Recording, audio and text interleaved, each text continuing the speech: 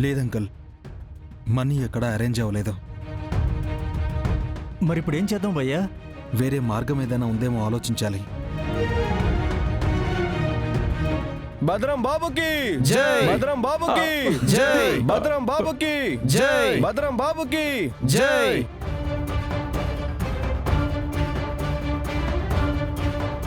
భద్రం బాబుకి జై! చాలు, ఆగండి. ఇక పైనుంచి మీ కాలనీలో ఏ చిన్న ప్రాబ్లం వచ్చినా నేనే దగ్గరుండి సాల్వ్ చేస్తాను. ఏమంటారు? భద్రం బాబుకి జై! భద్రం బాబుకి జై! భద్రం బాబుకి జై! భద్రం బాబుకి జై! భద్రం బాబుకి జై! భద్రం బాబుకి జై! భద్రం బాబుకి జై! చూసావా భయ్యా, ఇన్నాళ్ళు నువ్వు చేసిన మేలు మర్చిపోయి ట్యాంకర్ నీళ్ళివ్వగానే వాళ్ళు గొప్పోళ్ళని జేజేలు కొడుతున్నారు. అందులో వాళ్ళ తప్పేముంది రాజు? నీళ్ల కోసం విసిగిపోయారు. అది మా అత్త తీర్చగానే వాళ్ళని గెలిపిస్తామంటున్నారు. కానీ బాసు, అసలు మాకు ఉద్యోగాలు నిలబడింది నీ వల్ల కదా.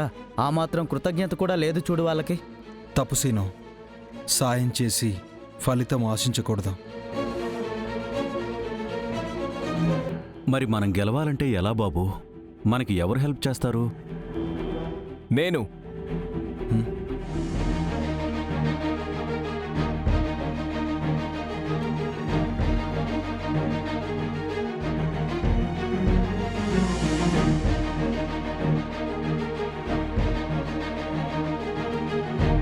వెంకీ గారు, మీకు అభ్యంతరం లేకపోతే వర్కర్స్ కాలనీలో ఇంటి ఇంటికి కుళాయిలు నేను వేయిస్తాను.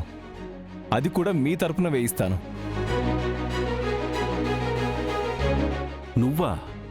నువ్వే నిన్నగాక మొన్నొచ్చావు. నీకంత డబ్బు ఎక్కడిది? ఇప్పుడు వీళ్ళకి ఏం చెప్పి కవర్ చేయాలి?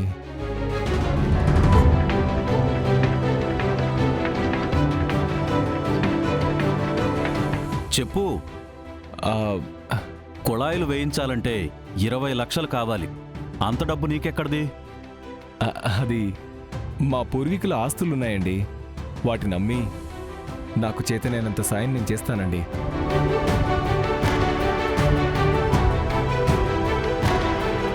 వెంకీ గారు, మీరు వర్కర్స్ కోసం ఎంతో సాయం చేశారు. మీలాంటి వాళ్ళను గెలిపించుకోవడం కోసం నాకు చేతనైనంత సాయం నన్ను చేయనివ్వండి ప్లీజ్. నేను నా వాళ్ళ దగ్గరే హెల్ప్ తీసుకోను. అలాంటిది మీరు సాయం చేస్తానంటే ఎలా తీసుకుంటాను? అయ్యో, అది కాదు సార్. వద్దు.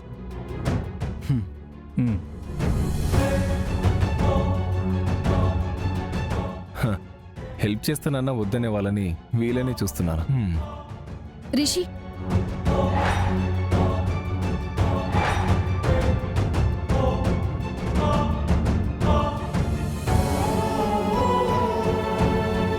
చేయాల్సిందంతా చేసి మా బావని ఓడించటానికి వాళ్ళకి వాటర్ ట్యాంకర్స్ ఐడియా ఇచ్చి ఇప్పుడేమో మా బావకి హెల్ప్ చేస్తున్నట్టు కవర్ చేస్తున్నావా? అయ్యో, అక్కడ నేను ఎంప్లాయీనండి, అందుకే మాట సాయం చేశాను. ఇక్కడ మంచి పనికి మనీ సాయం చేస్తాను అంటున్నాను. ఏం అవసరం లేదు. మా బావ ఏదైనా చేయగలడు. 30 రోజుల్లో నష్టాల్లో ఉన్న ఫ్యాక్టరీని లాభాల బాట నడిపించాడు. పందెల్లో గెలిచాడు. ఇప్పుడు కొలాయిలు వేయించలేడా? నీ హెల్ప్ ఎవరికీ అవసరం లేదు.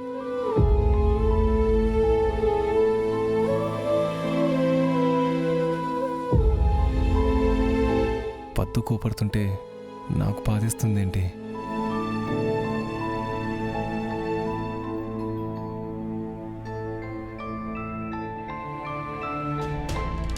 వెంకీ బాబు, నువ్వేం కంగారు పడకు.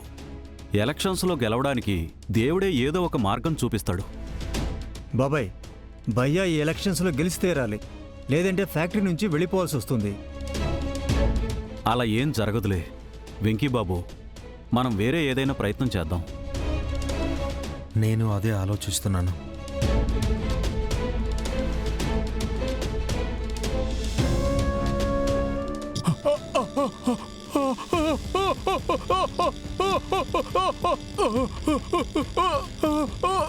బాబాయ్, బాబాయ్, బాబాయ్, రంగయ్య, త్వరగా రండి. బాబాయ్, బాబాయ్, రంగయ్య, బాబాయ్, మెల్లగా. బాబాయ్, బాబాయ్, బాబాయ్ బాబాయ్ బాబాయ్ బాబాయ్ రంగయ్య బాబాయ్ రంగయ్య బాబాయ్ రాజు బాబాయ్, వెళ్ళి వాటర్ తీసుకురా. రంగయ్య. త్వరగా. రంగయ్య. బాబాయ్ బాబాయ్ బాబాయ్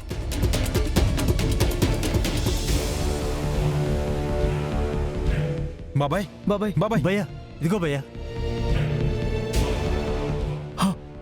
బాబాయ్ బాబాయ్ బాబాయ్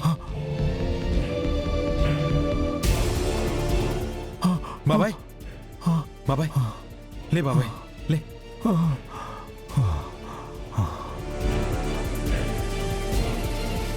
బాబాయ్ ఏంటి బాబాయ్ ఇది? పెద్దవాడివి, మంచి చెడు చెప్పాల్సిన వాడివి, నువ్వే ఆత్మహత్య చేసుకోవాలని చూడడం ఏంటి? పరిస్థితులు బాబు, నా చుట్టూ ఉన్న పరిస్థితులు నాకు చావే దారంటున్నాయి. బాబాయ్ ప్రతి సమస్యకి ఒక పరిష్కారం ఉంటుంది. దాన్ని వెతకాలే గాని చావును వెతుక్కుంటూ వెళ్ళకూడదు.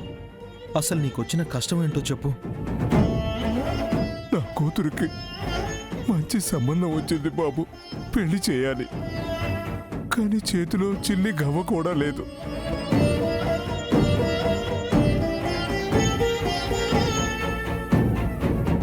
ఉన్న ఇంటిని అమ్మేద్దామంటే దాన్ని తాకట్టు పెట్టి నా భార్యకు రోగం వస్తే వైద్యం చేయించాను. సరే, ఇప్పుడు నీ పరిస్థితి చెప్పి మా అత్తయ్యని అడ్వాన్స్ అడుగు. మేం కూడా తలా ఒక చెయ్యేసి మాకు చేతనైనంత సహాయం చేస్తాం. వెళ్ళి అఖిలాండేశ్వరి గారిని అడిగాను బాబు. ఏమన్నారు?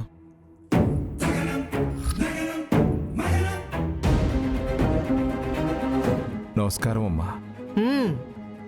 ఏంది రంగయ్య ఇట్ట వచ్చుండావు? అమ్మా అది డబ్బు కావాలన్నమాట. అవునమ్మా, ఎంత? ఒక 5 లక్షలమ్మా. హా, 5 సరిపోతాయిలే. ఓ 10 తీసుకో. నా కూతురికి పెళ్ళమ్మా. అందుకే అడిగానమ్మా.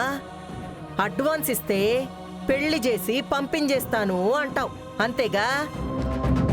అవునమ్మా. నీ కూతురు చదువుకి, ఇంటి ఖర్చులకి, నీ భార్య ఆరోగ్యం బాలేదు అని నువ్వు తీసుకున్న అడ్వాన్సే ఇంకా తీర్చలేదు. నీకా రిటైర్మెంట్ వయసు వచ్చుండాది. అప్పిస్తే నువ్వు ఎట్ట తిరిగి తీరుస్తావు? హా, నా మాటిని నువ్వు రిటైర్మెంట్ తీసుకుని ఇంట్లో కూర్చో. నీ ఉద్యోగం ఇంకొకరికిస్తా. ఇంకా నీ కూతురు పెళ్ళంటావా? తనే తన స్థాయికి, అందానికి, రంగుకి తగిన వాణ్ణి చూసుకొని చేసుకుంటాది. ఇంక నీ పెళ్లి ఖర్చు మిగులుతాది. అమ్మా ఏంటమ్మా మాటలు? ఉన్న మాటే అన్నాను రంగయ్య. ఏ కోపం వచ్చుండదా? హా, పోనీ ఓ పని చెయ్. ఏ నుయ్యో గొయ్యో చూసుకొని దూకి సచ్చిపో. ఇన్సూరెన్స్ డబ్బులు నీ భార్యకైనా వస్తాయి. దాంతో నీ భార్య కూతురు హాయిగా బతికేస్తారు.